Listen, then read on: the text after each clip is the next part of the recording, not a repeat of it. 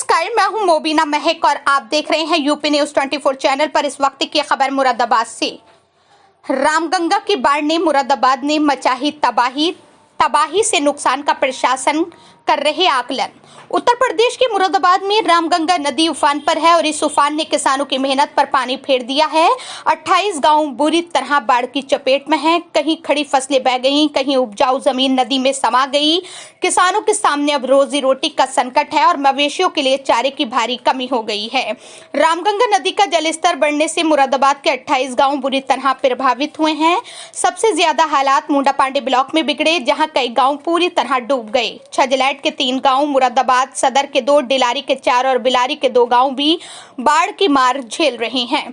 किसानों की करोड़ों की फसल बर्बाद हो चुकी है। धान, मक्का और गन्ने की खड़ी फसलें नदी के तेज बहाव में समा गईं। कई किसानों की जमीन का बड़ा हिस्सा कटकर नदी में गिर गया। अब उनके पास न खेत बचा न फसल। चारे की कमी से मवेशियों के लिए भी बड़ा संकट खड़ा हो गया है। गांव के लोग अब अपने पशुओं को बचाने के लिए दर दर भटक रहे हैं। हालात की गंभीरता को देखते हुए प्रशासन ने नुकसान का आकलन शुरू कर दिया है। रासो टीम प्रभावित गांव में जाकर सर्वे कर रही है ताकि किसानों को जल्द से जल्द मुआवजा दिलाया जा सके। यानी रामगंगा की बाढ़ ने मुरादाबाद के किसानों को तबाह कर दिया है। अब सवाल ये है कि क्या प्रशासन का राहत पैकेज इन किसानों की जिंदगी को पटरी पर ला पाएगा या फिर बाढ़ का ये जख्म सालों तक उनकी जिंदगी पर भारी पड़ेगा। क्या नाम आपका? नरेंद्र प्रताप चौहान, मुंडा पांडे। नरेंद्र जी, अगर बात करें बाढ़ की स्थिति हुई थी, किसानों को कितना नुकसान हुआ? हर किसान का नुकसान है। हमारे मुंडा पांडे में 40-50 गाँव में बाढ़ आ जाती है। जो नदी के किनारे के गाँव हैं उनमें हर किसान की नदी ने जमीनें काट दी हैं। फसल तो गई, चार आर से सब खत्म हो गया, लेकिन किसानों की जमीनें कट गई, बिल्कुल नदी बन गई है। नदी के किनारे के दोनों तरफ के जो गांव हैं, कोई मुआवजा 1 रुपया किसी को नहीं मिला, ना कोई बाढ़ पीड़ित में देखने आया। एक पुलिया है वो टूट गई है, जिसमें 3-4 हजार आदमियों का आना जाना बंद होने वाला है। बिल्कुल रनिया ठेर गदी घेड़ा की पुलिया, गाँव से बाहर 4-5 गाँव हैं, उसमें निकलने के लिए 3-4 वर्ष है और 2-3 किसानों के घर बह गई।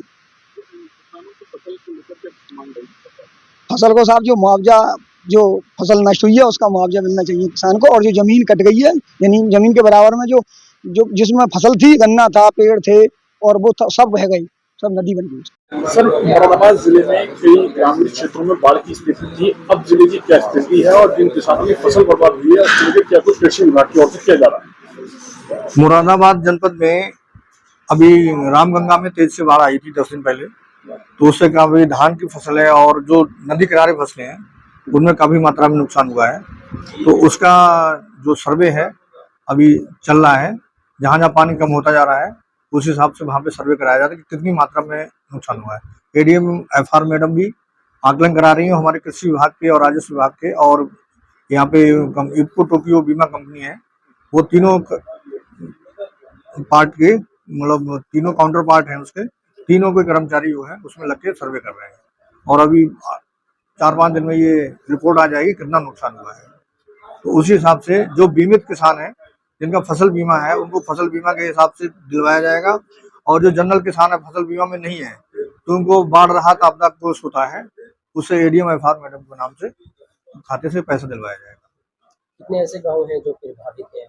इसमें लगभग 28 गाँव हैं जो बाढ़ से प्रभावित हुए हैं जनपद मुरादाबाद में।